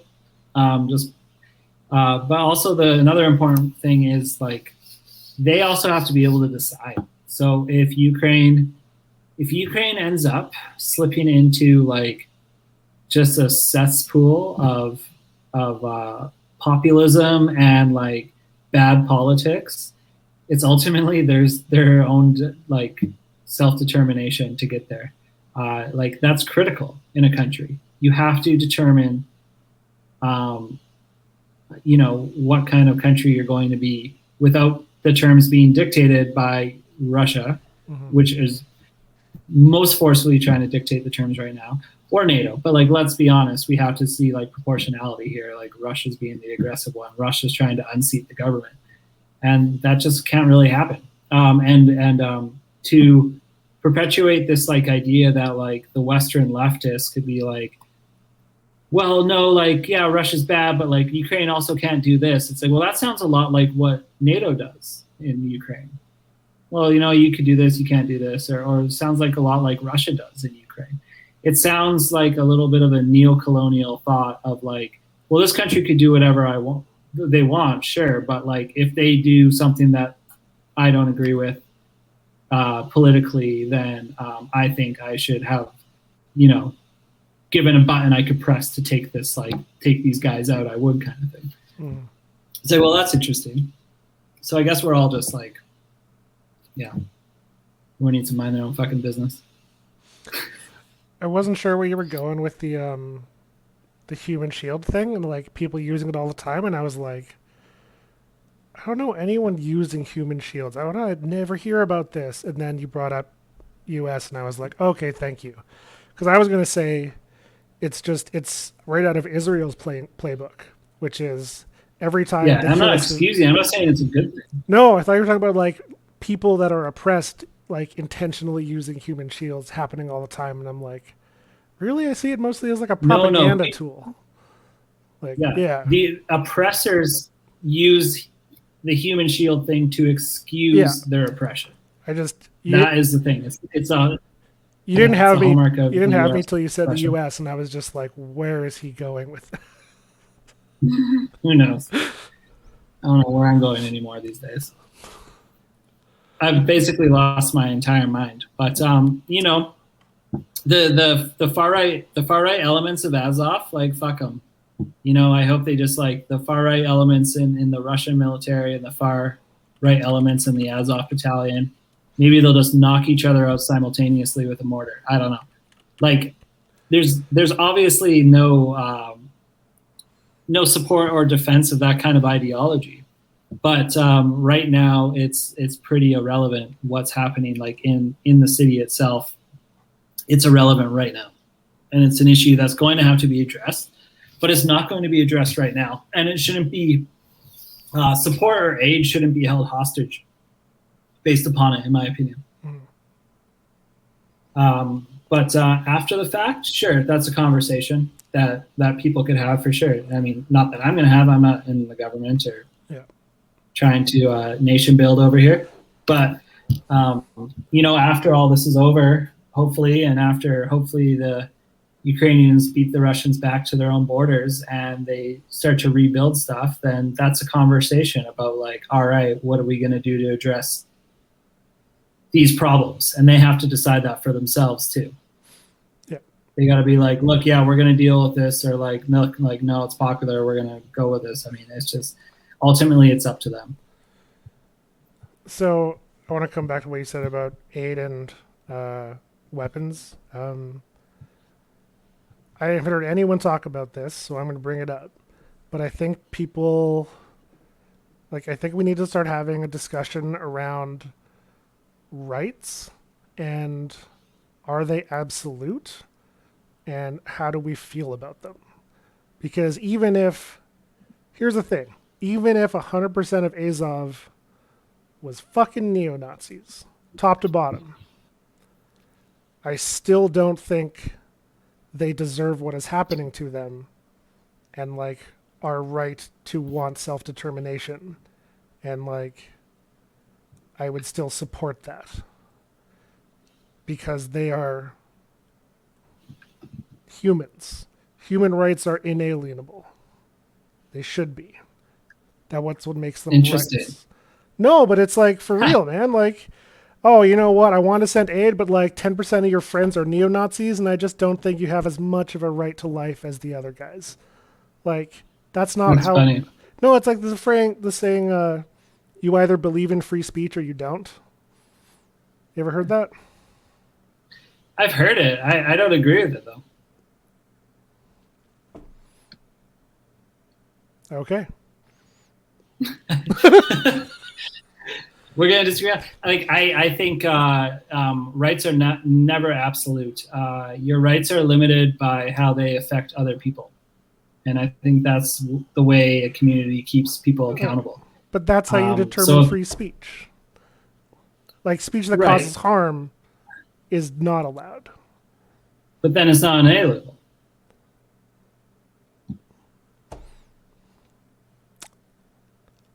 I don't know. Maybe this is for another night. Maybe. If they were 100%, if they're like 100% radicalized, which I just think like the subset in battalion is so small. And I know you could fight me on, like, people could fight me on that, whatever. Throw me some shit that says differently. But I think it's just so small that it's just like an irrelevant piece of this battalion right now. Yeah, I mean, if they were all were, I wouldn't be so on board. All right. How about this? Here's just another take. Here's another attempt for cancellation. Even if they're Nazis, they are not the same Nazis that would be sending me to the gas chamber. Oh God. They aren't. I'm sorry. No, they aren't. Like, you have to respect real Nazis in that sense. Yes, you have to realize that like German Nazism deserves, out of respect for survivors, its own unique place as a thing. You cannot devalue, like, and this has always been a problem with calling everyone a Nazi or calling everyone Hitler that you don't agree with. It kind of is a bit of an erasure of people that actually had real harm from real Nazis. However, very far right groups could still summarily, like, firing squad execute you, which also is a pretty shitty thing. It would suck. I don't want that. Not a gas chamber, but that's a very unique brand of Nazis. And it's the same thing, like, when people say, when I was doing the Holodomor thing, infographic, and I recall someone saying, like, well, they had a problem because some Ukrainians want to call it a Holocaust. And I agree with that sentiment. I don't think it's a genocide. And even genocide is a very debated word, like, in the semantics of it. But Holocaust, like, I completely agree. Like, the Holocaust was this very specific thing. And it needs to have its own unique place for its own unique harm in history. And I feel like German Nazis in that spirit, like, also there has to be, in a way, that's its own unique harm in history. Mm-hmm. I don't think you should retire the term Nazi by any means, but it was definitely like a very specific brand that I don't think we've really seen since. But people obviously are they directly identify and directly try to be that kind. Mm-hmm. as evidenced in whatever any militia in any white countries, U.S. militias, wherever with their flags and all that. All right. I don't know. You won't get gassed, but you could still get similarly. Yeah, but they're not. They're not really anti-Semitic. No, well, apparently they have Israeli backers, but I think you would find some pretty popular and compelling arguments that elements of like Israeli conservatism are very much mere far right. But we should also make the distinction that someone being far right or someone being a nationalist is certainly not the same as someone being a Nazi. That's what I'm trying to say. That needs to be. Yeah, that needs to be. That should be. It's the same way that someone that's far left certainly isn't like a Soviet communist or a Bolshevik. Like you can't be like, oh, there's a bunch of Bolsheviks over there just because they're like want healthcare. And this is the rhetoric that you see in the U.S. Versus the left and the right. That's probably not helpful. So yeah, is AZOV? Does AZOV have far right nationalist members? Oh yeah, for sure. Is it a problem? Yeah. Is AZOV Nazis?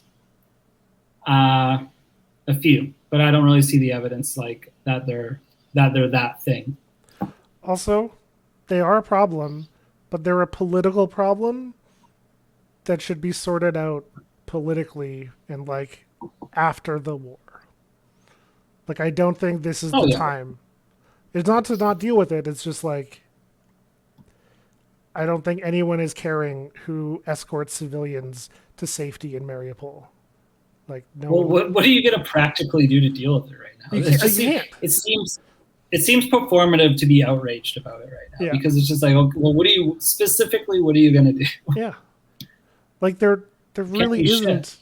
There's no like other military there to support. It's like they're cut off. It's like just AZOV.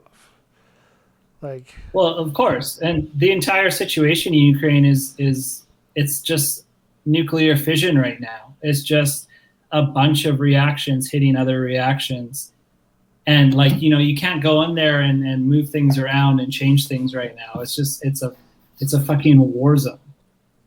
It's gonna play out like it plays out. Someone on Instagram just said it's based hour. I hope they watch the recording. It was very based. I'm very canceled. Based hour. I don't even know what based means. All right. Too old. We're gonna read out the definition of based on Urban Dictionary for Douglas.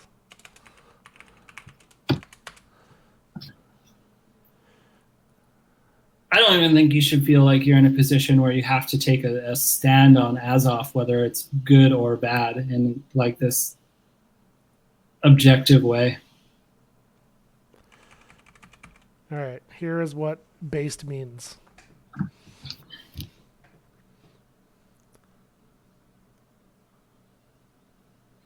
This is a really good screenshot of you reading based.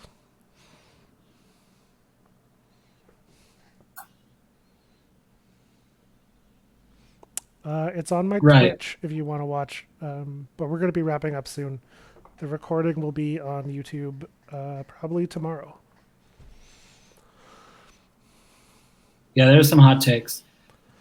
Camilo's definitely getting canceled. Oh, yeah. I'll be canceled by association, though. Yeah.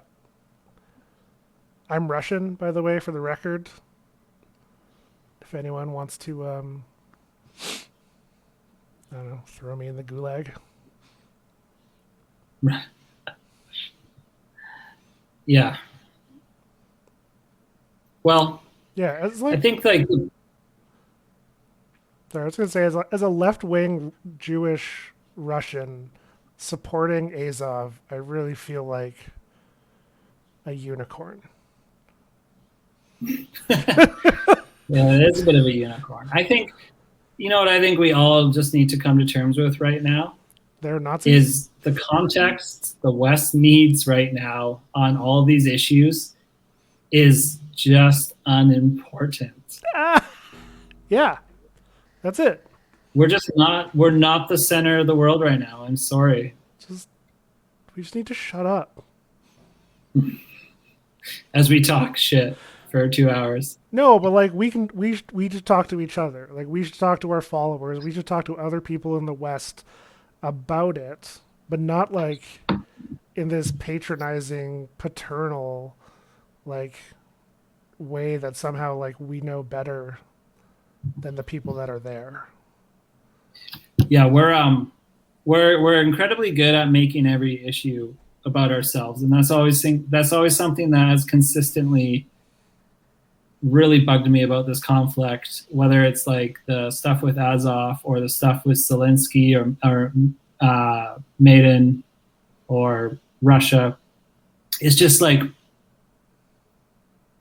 everything's viewed through a Western lens, where we either had direct or indirect influence on every single event that has ever happened. And it seems really narcissistic to me. We can't admit that Ukraine and Russia have both made good and bad decisions that has led to this conflict, and specifically has led to Russia being aggressively attacking Ukraine, right? Like, and I know that's like naive to not say that there isn't meddling from the West and blah blah blah in this particular conflict, but I think we have to be careful, like every fucking time something happens, to not just immediately appropriate that shit and be like, well, you know what this is really about? You know what this conflict's really about? It's really about and like you just get all these like bad takes, like, oh, this conflict's really about pronouns. Like you just get these like crazy fucking people, just whatever issue their issue is, they're like, well, that's what this is about. This is really about mustard versus ketchup. And it's just like, it's exhausting. So exhausting. Should we talk about Azov's pronouns? I think it's they, them, probably. I don't know. Oh, big he, him energy. Big he, him. What? No, there's no, I don't think there's any gender or sex requirements for joining AZOV. No, I don't know. Actually, I have no idea what the policies are. There are women in it. I know there are women. Yeah. I just mean, the vibe of it is very, it's very, the vibe. Very, very masculine. Yeah. Yeah. But like, it's interesting. Like people that are like, well, this is about Western proxy far right imperialism, aka like this is about AZOV. Like, okay, no, all right, you know what I mean? Like, it's just like it's not about that. It's not about that. It's like a lot of things that have informed this relationship. Check out my Holodomor slides for context. But all these concepts of nationalism and nationhood and all these things that even fuel a battalion like AZOV are rooted way before NATO existed. They run deeper. Just because it's NATO's MO to like put a little of this far right poison on the tip of their imperial spear doesn't mean that is what this entire conflict is framed around. And people need to just come to terms with that. All right. Learn a little history, learn the history of my people. We're trying. That's why I've got you talking here for hours. Yeah. Should we squeeze in some Fairy Creek before we go? Flaley Creek? Dairy Creek. Fairy Creek. Very flaily.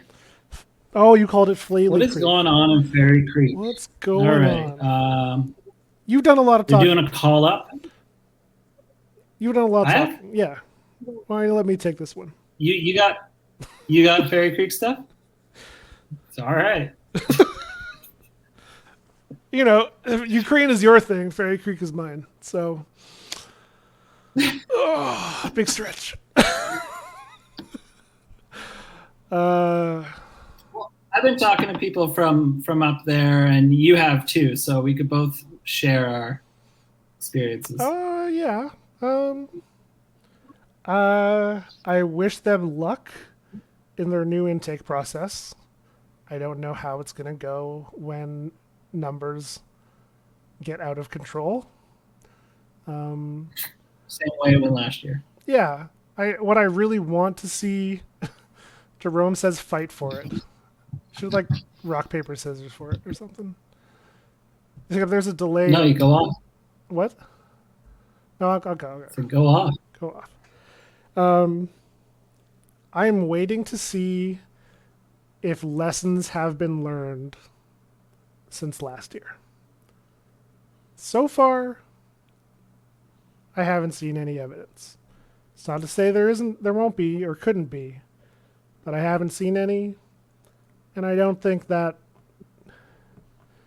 a good way forward. So, I'm going to leave it at that. I am anxiously, patiently waiting to see what comes. Cool. Sorry, that's a nothing burger. I didn't really say much. Well, that's a nothing burger. I like both these comments about Ukrainian Nazism as a reaction to Russian imperialism. Also a big reaction to Soviet expansion. Because I mean, like the Soviets kind of just set up shop when they hit Berlin, right? They just kind of were like, well, everyone just hang out where you are and build a house. So that definitely is a reaction to it. And before World War II as well, and World War I, there was a lot of that far right versus communism reactionary stuff going on. Like people don't realize the Communist Party in Germany was fairly vocal before the Nazi Party, right? Like I believe I did a course on it was World War II on the Third Reich like a year ago in university, and it was very interesting. But so I agree with that for sure. That it's a reaction. I don't think that's the only thing going on, but I think anytime you have one extreme coming at you, you kind of get pushed into another extreme to combat that. I think just look at like an argument. One person takes one position and you like could half agree with them, and then you're just like in the entirely different corner just because you want to fucking not Did I ever not lose you, are you is my Stalin, not Stalin, but is my communist flag over the Reichstag triggering? Yeah, you got it. Yeah. So yeah, I mean the homies are always gonna fight. So tale old as time. Yeah. Communists versus Nazis. I don't think what gets lost and what gets erased is like the oppression that people under those systems experience, and it just becomes like a conversation about the governance and the subset of these extremes fighting, and then you have 6 million people perish in a manufactured famine, right? And that's really like the crazy shit.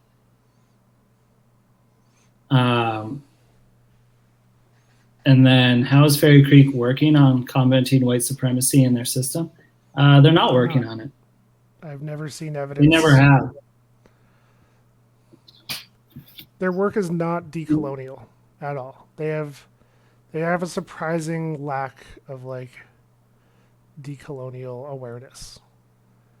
And I've talked if you're on Instagram and you've seen my stories, it's like, oh, fucking Marmar's on Instagram watching me. Now I gotta be careful with my words. Marmar's on. Marmar's watching on Instagram. We're just about to talk about Flaley Creek. Yeah, we're just about to talk about Flaley Creek. They're not. Oh man, I spilled some chocolate on my shirt. They're not. It reflects more of an NGO than some kind of collective, or like someone once referred to it as a bunch of anarchists, and I look at them and I was like, what? Like what? Just kind of speechless, because it was like, this is not like what books are you reading? Like, where did you get this from? It's an eclectic group. You could argue that. Eclectic? Eclectic. It's an eclectic. Not a collective. An eclectic group of people. Eclectic. Yeah. There's a lot of variety. But I mean, there's a lot of there's a large element of quite the opposite of anarchists, of like a entrepreneurial hippie vibe in Fairy Creek. I always found it was always marketed like a brand, in my opinion. Yeah. And that did a lot of good to get the word out and to get a lot of bodies on the front line, which I think Any Direct Action needs. But in like a remote, pristine rainforest, the idea of having like a mass amount of human bodies in an area like that does a lot of damage too, which is kind of like antithetical to the goal of the movement itself, which is pretty funny. Yeah, I think it also speaks in like how they spend their money.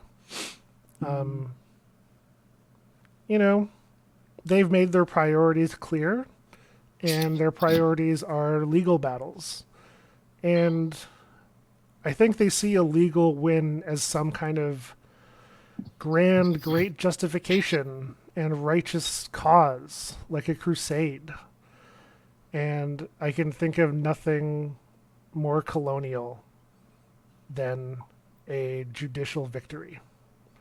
Because the government does not, as I talked about treaties, the government, the federal government especially, does not respect its treaties unilaterally.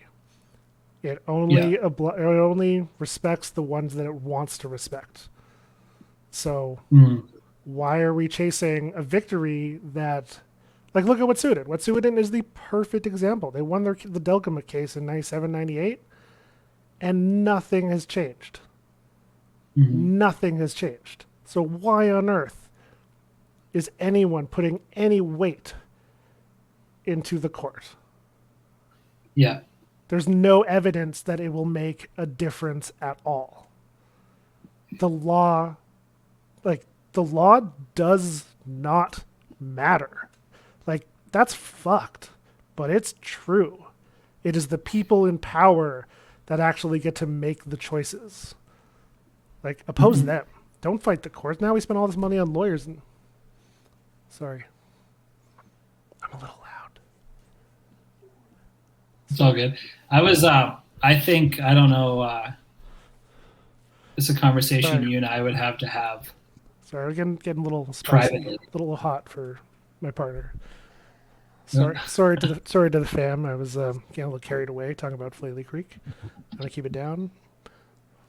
I've had conversations in private about what a direct action group in an area like that would have to do to stop industry. And they're conversations that I can't repeat online. Yeah. I think we all know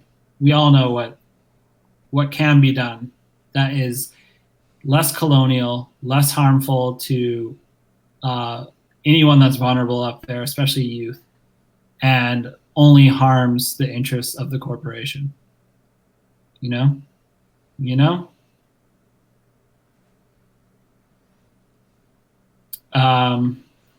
So all those photos of Molotov cocktails in Ukraine were pretty crazy. Anyway, so yeah, I don't know what they're gonna do this year. Oh, sorry. I want to read Marmara's comments. He says, "Please go off."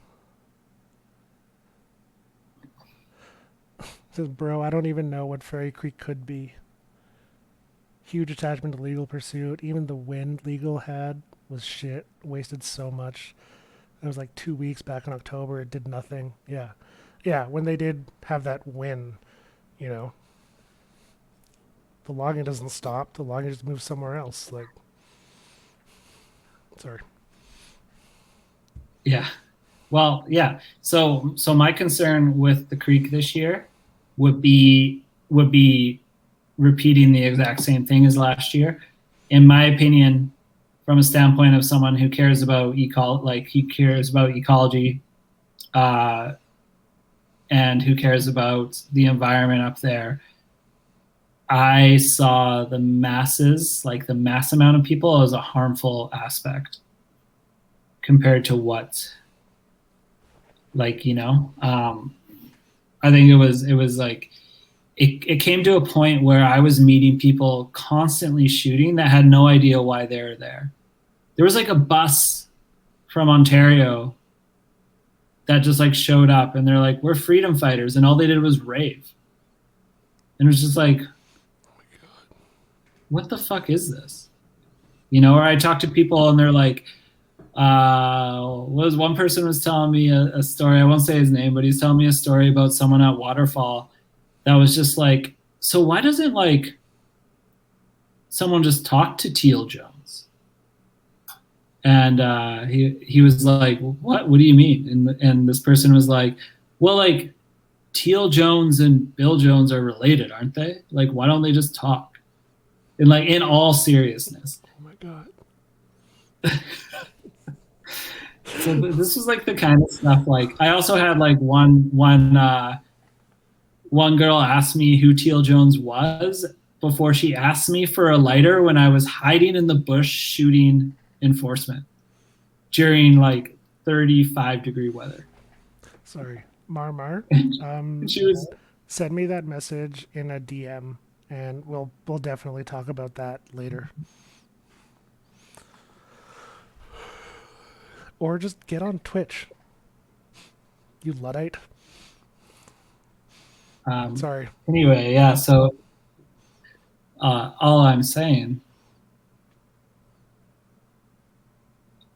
What was the drug alcohol policy? The drug alcohol policy is super tricky with addiction. I think Bill and a lot of other people and the elders wanted zero tolerance, and then there was a lot of people that couldn't get. It's not so easy to put into practice. Though, I mean, in my personal opinion, like a front line is. I think there was a lot of expectation that Fairy Creek should be a safe place, but in my opinion, Direct Action and Fairy Creek are inherently unsafe places. Mm-hmm. And if you need a safe place, do not go to Fairy Creek. Yeah, protest is or any Direct Action. I mean, like it's not fucking safe. It never was safe. All this like overemphasis on making it safe was just like, it was completely futile. I didn't even see the point of it. I was for it at a certain point, and then I got turned around to a harm reduction approach, and I'm pretty steadfast in that now. I don't really know when or how, but harm reduction's good. I think they still have it. Like, people are going to use, like, especially in a place like that, going through the trauma like that. Like, good for them. And, like, let's make sure they're safe. Anyways, I got to wrap this up soon because it is late. My wife is trying to sleep. Yeah, no worries. That was really light on Fairy Creek. Are you going up? Someone asked that? I'm asking you. Oh, you're asking. I'm looking at the chat. Let's talk. Outside the chat.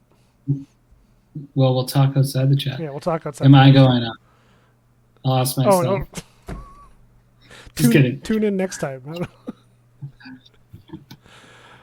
All right. Thank you, everyone, for the questions. Thank you for watching. And thank you, Douglas Fur. Yeah, no worries. It's nice as always. Sorry you're going to get canceled after your AZOV take. Oh, whatever. We'll see. And my no-fly zone. I'm a fucking warmongering neo-Nazi Jew. Whatever. See you later.